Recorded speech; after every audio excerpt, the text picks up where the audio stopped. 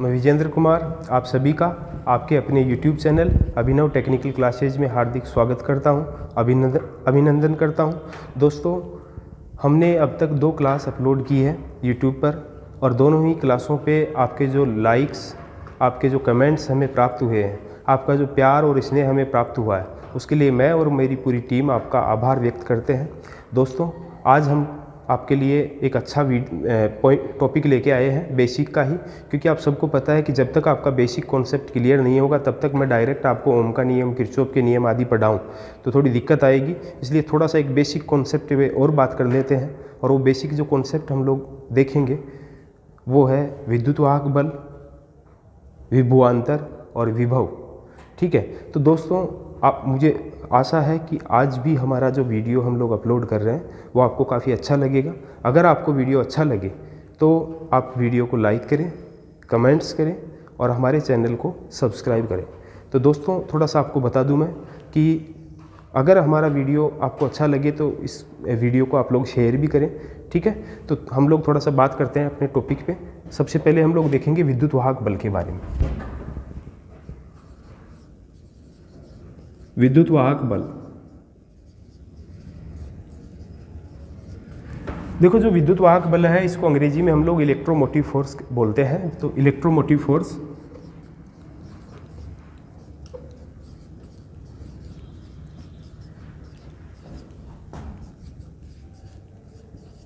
या इस विद्युत वाहक बल को हम लोग शॉर्ट में लिख देते हैं EMF, या हम लोग इसको हिंदी में बोलते हैं विद्युत दबाव। विद्युत दबाव इसको अंग्रेजी में बोलते हैं हम लोग इलेक्ट्रिक प्रेशर।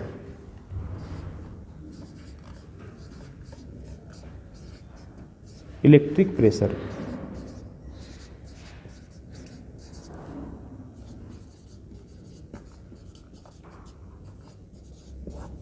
Electric pressure. ठीक है, तो इलेक्ट्रोमोटिव फोर्स को हम लोग शॉर्टकट में हम लोग ऐसे बोल देते हैं EMF। ठीक है, तो विद्युत वाहक बल, इलेक्ट्रोमोटिव फोर्स या विद्युत दबाव या इलेक्ट्रिक प्रेशर एक ही बात है।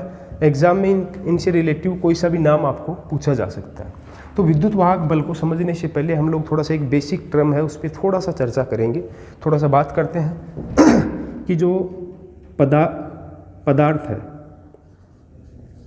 पदार्थ का छोटा कण है अणु, अणु से भी छोटा कण होता है वो परमाणु होता है। और परमाणु इतना छोटा कण है जो सामान्य आंखों से दिखाई भी नहीं देता है। ये इतना छोटा कण भी 3 मूल कणों से मिलकर बना होता है और 3 मूल कण है इलेक्ट्रॉन, प्रोटॉन और न्यूट्रॉन। इलेक्ट्रॉन के ऊपर जो चार्ज है वो 1.6 × 10⁻⁻19 कूलाम होता है, लेकिन और प्रोटॉन के ऊपर भी चार्ज 1.6 × 10⁻⁻19 कूलाम होता है, लेकिन इलेक्ट्रॉन के ऊपर जो चार्ज है वो नेगेटिव चार्ज होता है और प्रोटॉन के ऊपर जो चार्ज है ये पॉजिटिव चार्ज होता है। ठीक है, और न्यूट्रॉन के ऊपर कोई चार्ज नहीं होता है, अर्थात न्यूट्रॉन एक उदासीन कण है, न्यूट्रॉन एक न्यूट्रल कण है, या न्यूट्रॉन एक आवेश रहित कण है।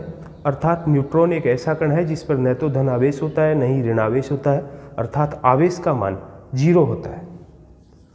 ठीक है, इस प्रकार से पूरे परमाणु की अगर हम लोग बात करें तो इलेक्ट्रॉन का जो चार्ज है नेगेटिव वो और प्रोटॉन का जो पॉजिटिव चार्ज है दोनों बराबर है संख्यात्मक रूप से। इसके कारण दोनों के आवेश मिलकर के 0 हो जाते हैं और इस प्रकार से पूरे के पूरे परमाणु का आवेश अगर आपसे पूछा जाता है तो 0।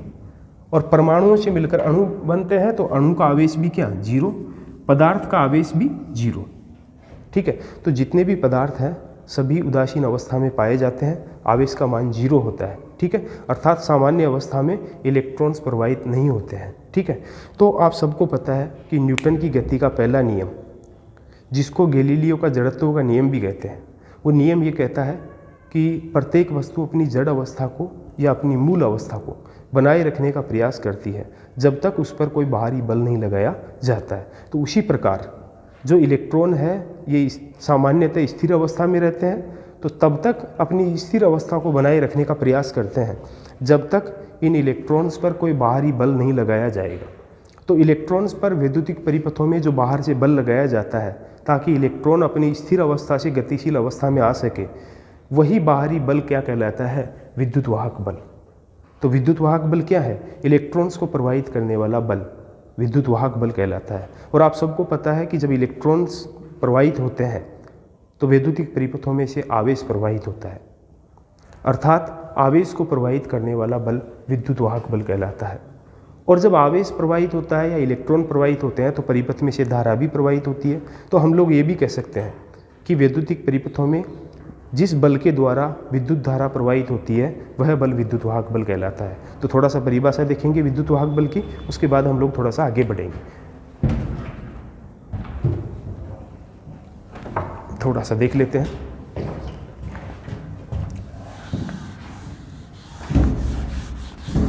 इसकी परिभाषा थोड़ी सी देख लेते हैं हम लोग, थोड़ा सा बात करते हैं इसकी परिभाषा पे। वैद्युतिक परिपथों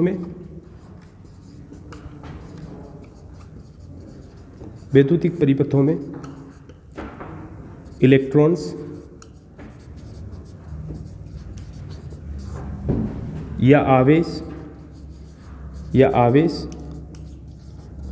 या विद्युत धारा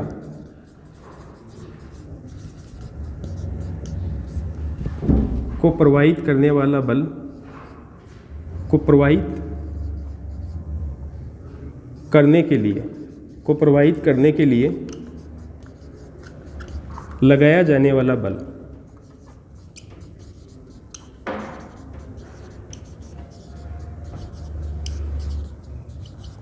EMF कहलाता है। सिंपल सी बात है, EMF की परिभाषा में कुछ भी नहीं है। EMF एक बल है जो इलेक्ट्रॉन्स को प्रवाहित करता है। इलेक्ट्रॉन्स प्रवाहित होते हैं तो धारा प्रवाहित होती है, ठीक है, और इलेक्ट्रॉन्स प्रवाहित होते हैं तो आवेश भी प्रवाहित होता है। तो हम कह सकते हैं कि वैद्युतिक परिपथों में इलेक्ट्रॉन्स को या धारा को या आवेश को प्रवाहित करने वाला जो बल है वही विद्युत वाहक बल है। विद्युत वाहक बल का जो चिन्ह है वो E है। विद्युत वाहक बल का चिन्ह होता है E।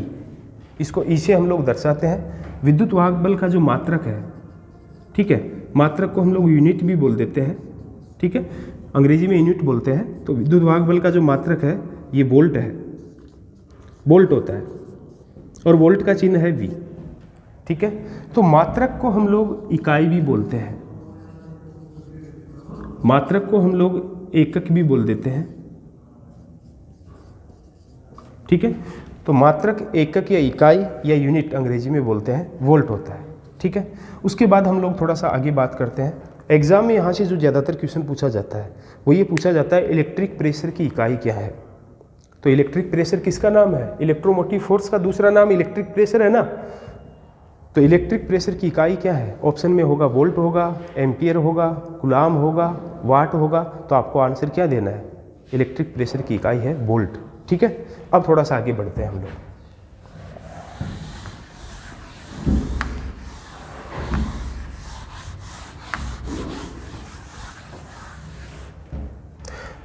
देखो दोस्तों, विद्युत वाहक बल का जो मात्रक है वो वोल्ट है, और विद्युत वाहक बल को वोल्ट इकाई में मापने के लिए हम लोग यूज करते हैं वोल्टमीटर का, ठीक है। तो बात करते हैं विद्युत वाहक बल को वोल्ट में मापने के लिए, EMF को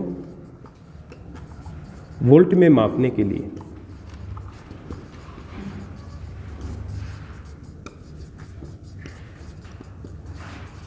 वोल्टमीटर का उपयोग किया जाता है,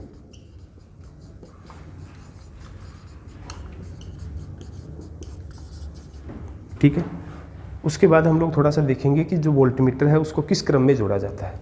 तो यहाँ पे एक सर्किट मैं आपके लिए छोटा सा बना देता हूँ। ये आपका लोड हो गया, ठीक है। उसके बाद ये आपका सप्लाई का स्रोत हो गया, ठीक है। जैसे यहाँ पे मैं बैटरी बना देता हूँ, थोड़ा सा बैटरी हो गया ये, ठीक है, बैटरी है। और बैटरी मान लीजिए आपकी 12 वोल्टेज की है, यह आपका लोड है, ठीक है। अब हम लोग क्या करते हैं कि यहाँ एक वोल्टमीटर जोड़ते हैं। तो सबसे पहली बात तो ये कि वोल्टमीटर को हमेशा समानांतर में जोड़ा जाता है। किस क्रम में जोड़ा जाता है? समानांतर में। समांतर हम लोग बोल देते हैं लेकिन एक्चुअली में समानांतर होता है। समानांतर को हम लोग अंग्रेजी में पैरेलल भी बोल देते हैं। वोल्टमीटर को हमेशा समानांतर में जोड़ा जाता है, पैरेलल में जोड़ा जाता है। इसको हिंदी में हम लोग पासारू भी बोल देते हैं, इसको हम लोग उपमार्ग भी बोल देते हैं। ठीक है, तो सबसे पहली बात तो ये कि वोल्टमीटर को किस क्रम में जोड़ा जाता है, वोल्टमीटर को समानांतर में जोड़ा जाता है। दूसरी बात ये कि वोल्टमीटर को समानांतर में जोड़ा जाता है, लेकिन लोड के समानांतर में या सप्लाई के समानांतर में। अगर आप चित्र में देखो तो आपको लग रहा है कि लोड के भी समानांतर में है, सप्लाई के भी समानांतर में है, लेकिन ध्यान रखो वोल्टमीटर सप्लाई के वोल्टेज को मापता है, लोड में वोल्टेज थोड़ी होता है। लोड का तो टर्मिनल वोल्टेज है, ठीक है, लोड का जो वोल्टेज है वो तो क्या है, टर्मिनल वोल्टेज है। तो ईएमएफ को मापता है, और ईएमएफ को मापने के लिए सप्लाई के समानांतर में ही वोल्टमीटर को जोड़ते हैं। तो ध्यान रखना है, वोल्टमीटर हमेशा सप्लाई के समानांतर में जोड़ा जाता है। क्लियर? ठीक है। वोल्टमीटर के बारे में बाकी जो चर्चा है हम लोग आगे करेंगे जब हम लोग वोल्टमीटर, एमीटर, वाटमीटर आदि, एनर्जी मीटर आदि पढ़ेंगे, तब इतनी ही चर्चा करेंगे। अभी ईएमएफ में आगे बढ़ते हैं।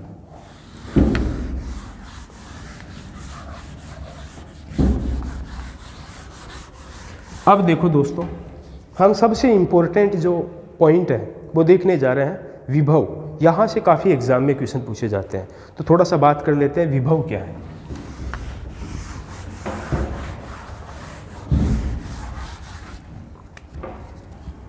विभव, विभव जिसको हम लोग बोलते हैं पोटेंशियल।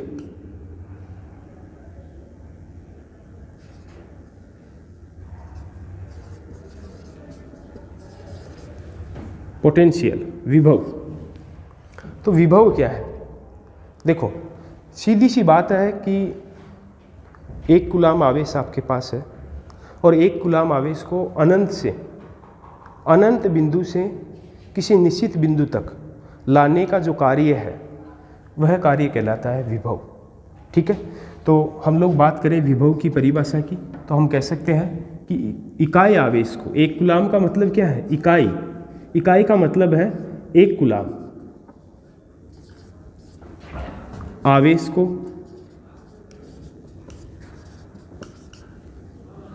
अनंत से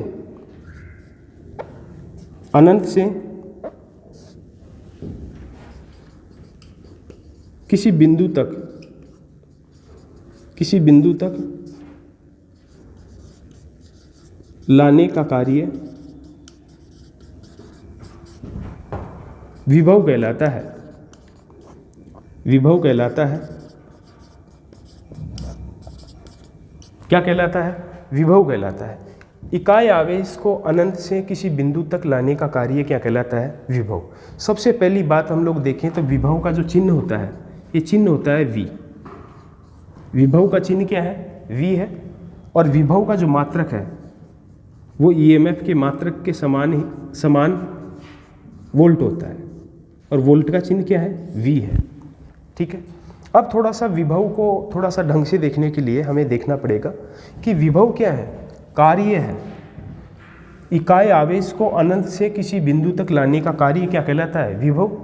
तो आप सबको पता है कि कार्य का मात्रक जूल है और ऊर्जा का मात्रक भी जूल है, तो इसको हम लोग कार्य या ऊर्जा दोनों में से किसी एक से समझ सकते हैं। तो ऊर्जा के द्वारा हम लोग इसको समझेंगे तो थोड़ा ठीक रहेगा। ठीक है, तो बात करें हम लोग ऊर्जा की। ठीक है, तो आप सबको पता है ऊर्जा जिसको हम लोग एनर्जी बोलते हैं, और ऊर्जा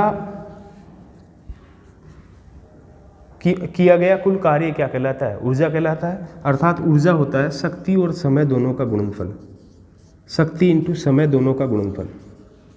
ठीक है, अब शक्ति का मात्रक होता है जूल प्रति सेकेंड, जूल बटे सेकेंड। ठीक है, और समय का मात्रक है सेकेंड, तो सेकेंड से सेकेंड कैंसिल हो गया तो बच गया क्या, जूल। ऊर्जा का मात्रक भी जूल होता है, कार्य का मात्रक भी क्या होता है, जूल होता है। तो ऊर्जा से इसको समझ लेंगे, यानी जूल बराबर शक्ति इंटू क्या है, समय है। तो थोड़ा सा इसी से हम लोग इसको समझने का प्रयास करेंगे। तो हम लोग बात कर रहे हैं, थोड़ा सा देख लो, जो ऊर्जा है इसको थोड़ा सा डिटेल से देखें तो शक्ति जो है, शक्ति होता है वैद्युतिक परिपथों में वोल्टेज और धारा दोनों का गुणनफल, अर्थात पावर बराबर होता है V इंटू आई। तो पावर हो जाएगा, शक्ति बराबर हो जाएगा V इंटू आई, और जो समय है इसका चिन्ह हो जाएगा टाइम, जिसको हम लोग T से दर्शाते हैं, तो एनर्जी बराबर होगा E बराबर होगा V इंटू आई इंटू टी। ठीक है, उसके बाद हम लोग थोड़ा सा बात करें, अगर हमें V ज्ञात करना है, वोल्ट ज्ञात करना है, तो वोल्ट बराबर हो जाएगा I इंटू टी गुणा में है, वहाँ जाके भाग में बदल जाएगा, तो हम लिखेंगे V बराबर E बटे I इंटू टी। यहाँ पे E ध्यान रखना है, E एनर्जी को दर्शा रहा है। ठीक है, तो E बटे I इंटू टी। ठीक है, तो बात करें हम लोग, तो E एनर्जी को दर्शा रहा है, ऊर्जा को दर्शा रहा है, ऊर्जा का मात्रक जूल है। ठीक है, और I इंटू टी क्या है? आवेश है। पिछले वीडियो में मैंने बताया था आवेश का मात्रक कूलाम है। तो हम इसको ऐसे लिख सकते हैं कि वोल्ट बराबर V किसका चिन्ह है? वोल्ट का। तो वोल्ट बराबर हो जाएगा E एनर्जी का चिन्ह है, एनर्जी का मात्रक जूल है, बटे I इंटू टी आवेश है, आवेश का मात्रक क्या है? कूलाम है। तो हम लिख सकते हैं कि वोल्ट बराबर है जूल बटे कूलाम। अर्थात एग्जाम में काफ़ी बार क्वेश्चन पूछा हुआ है कि 1 वोल्ट बराबर होता है 1 जूल इंटू कूलाम, 1 जूल प्रति कूलाम, 1 कूलाम प्रति जूल, इस प्रकार से आपको क्वेश्चन डाल देगा। ठीक है, तो 1 वोल्ट बराबर जब आप आंसर दोगे तो 1 जूल प्रति कूलाम होता है। ठीक है, जूल बटे कूलाम होता है। इसका कैलकुलेशन का क्वेश्चन भी आ जाता है, आपको ऊर्जा दे देता है, आवेश दे देता है और पूछ लेता है वोल्टेज कितना होगा। तो ये 3 चीज़ें हैं आपके पास, वोल्ट है, जूल है, कूलाम है। 3 में से 2 आपको दे के रखता है, कोई से भी एक आपसे पूछा जा सकता है। ठीक है, तो थोड़ा सा हम लोग आगे चर्चा करते हैं इस पर। आप सबको पता है कि वोल्ट बराबर है जूल बटे कूलाम, जूल बटे कूलाम। तो जो विभव है उसका मात्रक वोल्ट है और वोल्ट के बराबर जूल प्रति कूलाम होता है, तो हम कह सकते हैं कि विभव का मात्रक वोल्ट, या अगर वोल्ट नहीं है तो जूल बटे कूलाम भी इसका आंसर हो जाएगा, वोल्ट या जूल प्रति कूलाम। ठीक है, 1 वोल्ट बराबर 1 जूल प्रति कूलाम होता है। उसके बाद अगर आपसे पूछ लिया जाए कि 1 कूलाम बराबर क्या होता है, ठीक है, तो 1 कूलाम बराबर हो जाएगा 1 जूल प्रति वोल्ट, क्योंकि हम वज्र गुणा करेंगे यहाँ से। ठीक है, तो ये हो जाएगा वोल्ट इंटू कूलाम बराबर जूल। तो जूल बराबर वोल्ट इंटू कूलाम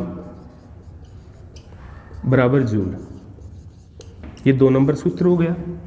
और इसी से 3 नंबर सूत्र भी निकल रहा है, वोल्ट का वैल्यू मालूम चल गया, जूल का वैल्यू मालूम चल गया। अब हम कूलाम का वैल्यू थोड़ा सा देख लेते हैं।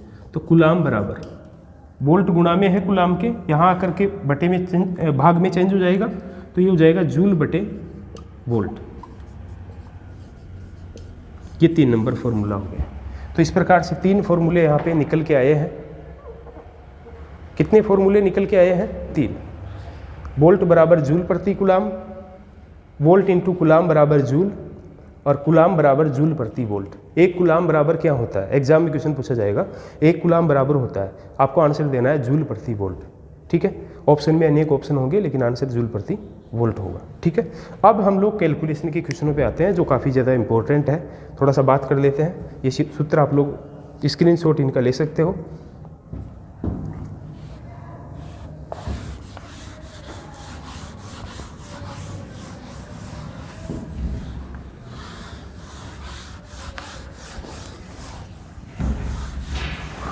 अब हम विभव से रिलेटिव कैलकुलेशन के क्वेश्चन देख लेते हैं। ठीक है, जैसे बात करें हम लोग, तो क्वेश्चन पूछा जाएगा किसी ऊष्मक को, ऊष्मक का मतलब है हीटर, किसी ऊष्मक को 220 वोल्टेज आपूर्ति से जोड़ने पर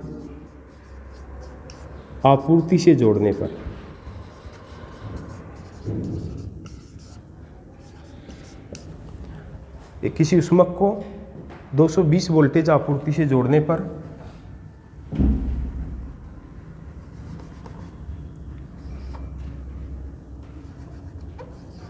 3.3 किलो जूल ऊष्मा उत्पन्न करता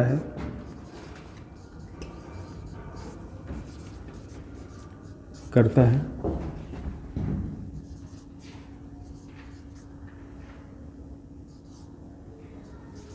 तो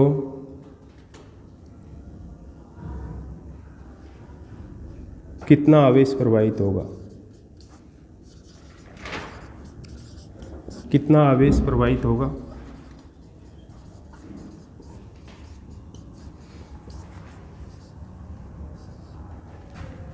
ठीक है,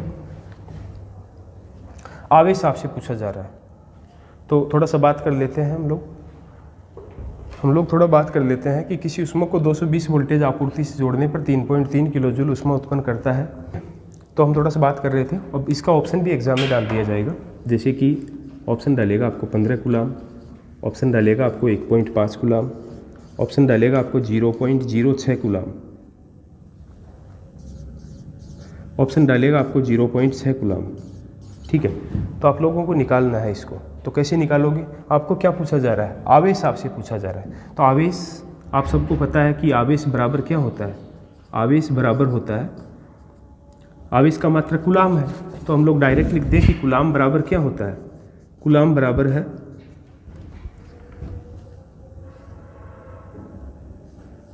जूल प्रति वोल्ट। ठीक है, अभी बताया था मैंने आपको थोड़ा जस्ट पहले कि कूलाम बराबर जूल प्रति वोल्ट। तो जूल कितना है, 3.3 किलो जूल। मैंने बताया था कि कैलकुलेशन करने का एक सबसे मेन तरीका यह है कि प्रत्येक राशि अपने मूल मात्रक में होनी चाहिए। किस में होनी चाहिए, अपने मूल मात्रक में प्रत्येक राशि होनी चाहिए। अर्थात जो ऊर्जा है उसका मूल मात्रक जूल होता है, यहाँ किलो जूल में दिया है तो किलो को हटाना पड़ेगा हमें। तो जो ऊर्जा हो जाएगी 3.3 किलो जूल है। जब गणना में शामिल करेंगे इसको तो के का मान है 10 की पावर 3 यानी 1000, डायरेक्ट लिख दूँ जूल। अब ये आपके मूल मात्रक में चेंज हो गया, अर्थात जब हम इसको काटेंगे तो एक संख्या छोड़ के पॉइंट है, एक जीरो कैंसिल, तो हो गया 3300 जूल। ठीक है, कितना जूल हो गया, 3300 जूल। तो जूल आ गया 3300, वोल्ट है आपका 220, तो जीरो से जीरो कैंसिल, 11 से काटा तो 11 3 33 और जीरो, और 11 से काटा तो 2 बार, तो आ गया आपका 15 कूलाम। ये आपका आंसर है।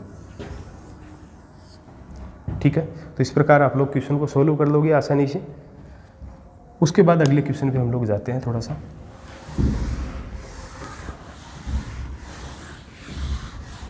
क्वेश्चन पे हम लोग जाते हैं। तो अगला क्वेश्चन हमारा है एक युक्ति, दूसरा क्वेश्चन है ये। एक युक्ति 250 वोल्टेज प्रदान करने पर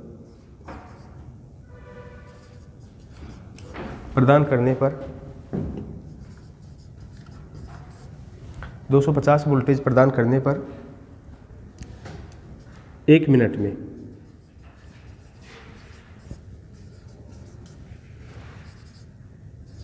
30 किलो जूल ऊष्मा उत्पन्न करती है।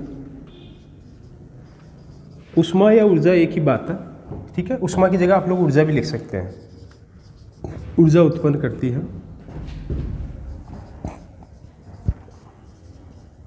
तो धारा का मान कितना होगा?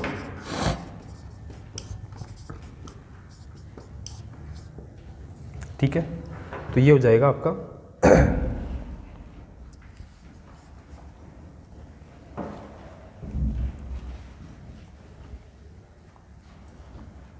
2 एम्पियर, 0.2 एम्पियर।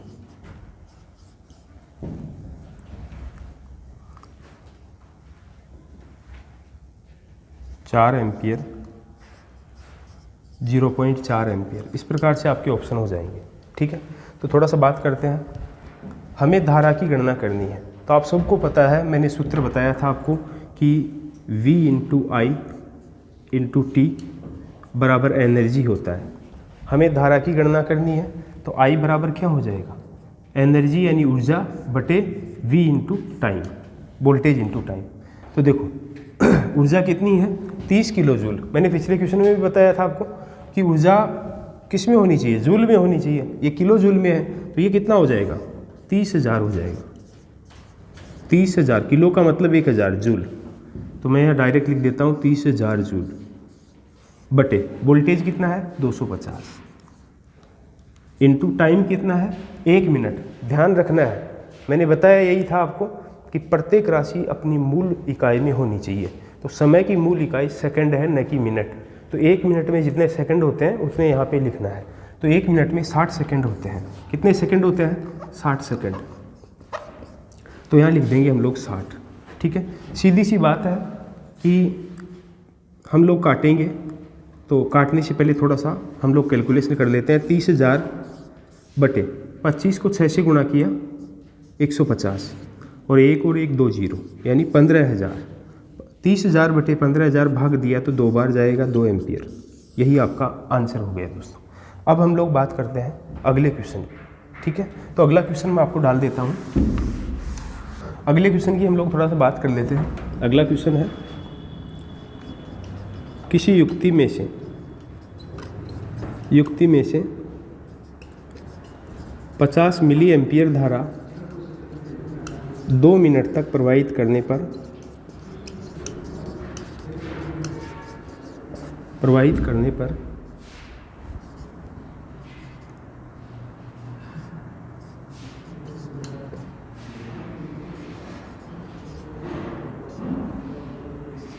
1500 जूल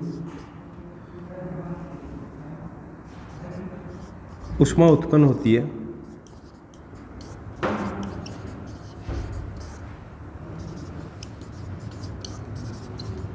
तो वोल्टेज कितना होगा। वोल्टेज कितना होगा।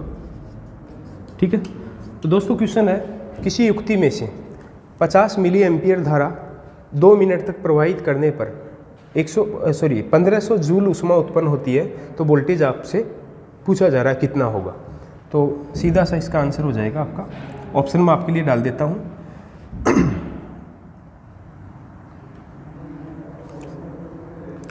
200 वोल्टेज, ऑप्शन है 220 वोल्टेज, ऑप्शन है 250 वोल्टेज और ऑप्शन है 300 वोल्टेज। ठीक है, अब देखो इसको कैसे करेंगे आप लोग। आपको पता है कि वोल्टेज आपसे पूछा जा रहा है, तो आपको पता है कि वोल्ट बराबर क्या होता है। वोल्ट बराबर होता है जूल बटे कूलाम, जूल अपॉन कूलाम। ठीक है, तो जूल कितना है 1500 जूल है। कूलाम आवेश, आप सबको पता है कि आवेश बराबर होता है I इंटू टी। ठीक है, तो पहले आवेश ज्ञात कर लो। तो I का मान है 50 मिली एम्पियर।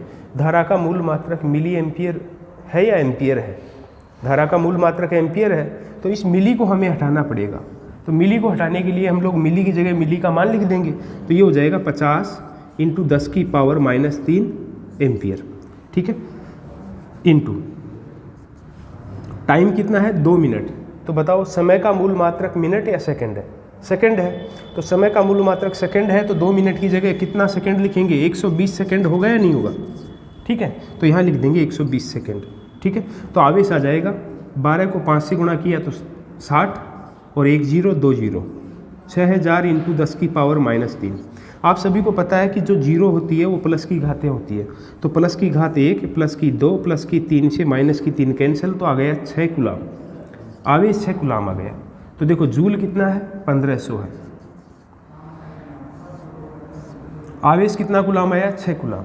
अब 6 का भाग हम लोग 15 में दें तो 6 दूनी के 12, 2 बार भाग गया, बच गया 3 को जीरो के आगे रखा, 30 में 6 5 30 5 बार, और जीरो में 6 का भाग 6 0 बार, तो आ गया 250 वोल्टेज। आपका आंसर होगा ऑप्शन सी। ठीक है, उसके बाद हम लोग थोड़ा सा बात कर लेते हैं दोस्तों।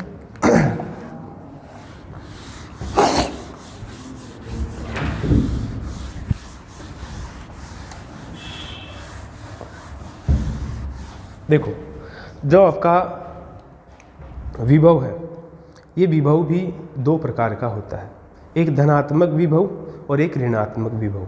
तो थोड़ा सा इस पर भी हल्का सा चर्चा कर लेते हैं हम लोग। विभव कितने प्रकार का है, 2 प्रकार का है, धनात्मक विभव और ऋणात्मक विभव।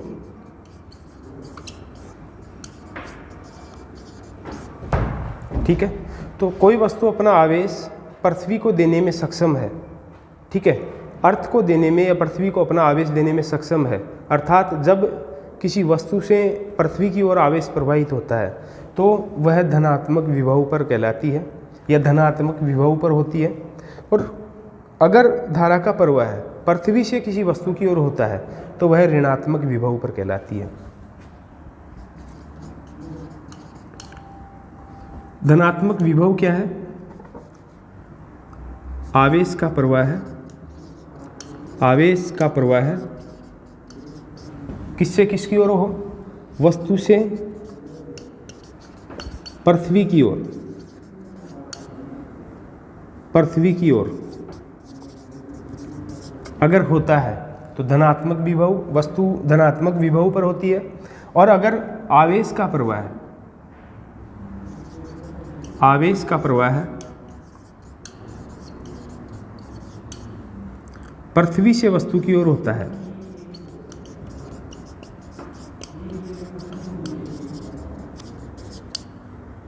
तो वस्तु ऋणात्मक विभव पर होती है, ठीक है। उसके बाद हम थोड़ा सा हल्का सा चर्चा कर लेते हैं। बात करें धनात्मक विभव और ऋणात्मक विभव के बाद, तो जो हमारी पृथ्वी है, पृथ्वी का विभव मानक विभव माना जाता है, मानक विभव माना जाता है। पृथ्वी का विभव क्या माना जाता है? मानक विभव माना जाता है, ठीक है। और पृथ्वी का विभव कितना होता है? पृथ्वी का विभव कितना होता है? 0 होता है, ठीक है। कितना होता है? 0।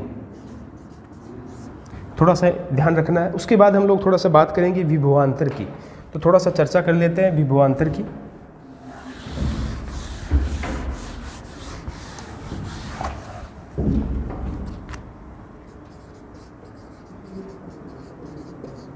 विभवांतर जिसको हम लोग बोलते हैं अंग्रेजी में पोटेंशियल डिफरेंस,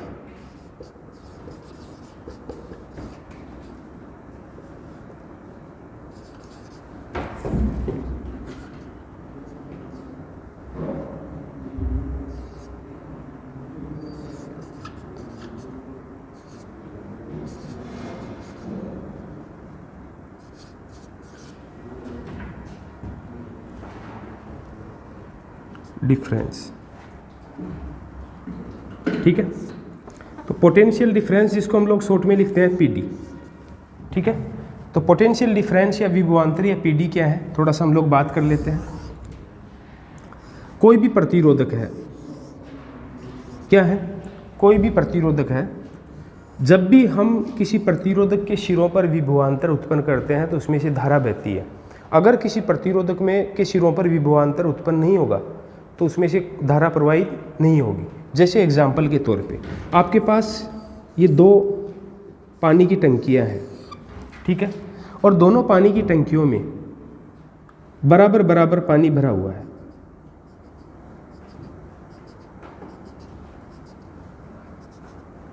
दोनों पानी की टंकियों में कैसा पानी भरा हुआ है? बराबर पानी भरा हुआ है। और एक पाइप के द्वारा हम इन दोनों को जोड़ देते हैं। जब दोनों टंकियों में बराबर पानी भरा हुआ है, एक पाइप के द्वारा दोनों को जोड़ा जाता है, तो आप मुझे बताओ कि क्या ये ए टंकी है, ये बी टंकी है, क्या ए टंकी से बी की ओर जल प्रवाहित होगा या बी से ए की ओर? इस अवस्था में न तो ए से बी की ओर जल प्रवाहित होगा, न बी से ए की ओर जल प्रवाहित होगा। अर्थात अगर हम लोग इसकी जगह बी टंकी में कम पानी रहे और ए टंकी में इतना ही पानी भरा रहे तो अब जल का प्रवाह होगा ए से बी की ओर। अर्थात धारा का प्रवाह है हाई पोटेंशियल से लो पोटेंशियल की ओर होता है। अर्थात इलेक्ट्रॉन्स का जो प्रवाह है वो लो पोटेंशियल से हाई पोटेंशियल की ओर होता है। तो जो विभवांतर है, ये विभवांतर जब उत्पन्न किया जाता है किसी प्रतिरोधक के सिरों पर, तभी उसमें से धारा प्रवाहित होती है। अगर विभवांतर उत्पन्न नहीं किया जाएगा तो उसमें से कोई धारा प्रवाहित नहीं होगी। जैसे एग्जाम्पल के तौर पे यहाँ पे हम लोग देते हैं जैसे 200 वोल्टेज और इस सिरे पे भी हम लोग 200 वोल्टेज आरोपित करते हैं, तो दोनों ही सिरों पर समान विभवांतर है, ठीक है। दोनों ही सिरों पर जो विभव है वो समान है, दोनों विभवों में कोई अंतर नहीं है, इसलिए कोई धारा प्रवाहित नहीं होगी। लेकिन जब हम लोग यहाँ से ये प्रतिरोधक है और यहाँ हम लोग 230 वोल्टेज से जोड़ते हैं, एसी सप्लाई से इसको जोड़ते हैं। ठीक है, हम लोग इसको जोड़ते हैं एसी सप्लाई से जिसका मान है 230 वोल्टेज। ठीक है, यहाँ फेज है, ये न्यूट्रल है। ठीक है, तो फेज में 230 आएगा और न्यूट्रल का कितना है, 0 है।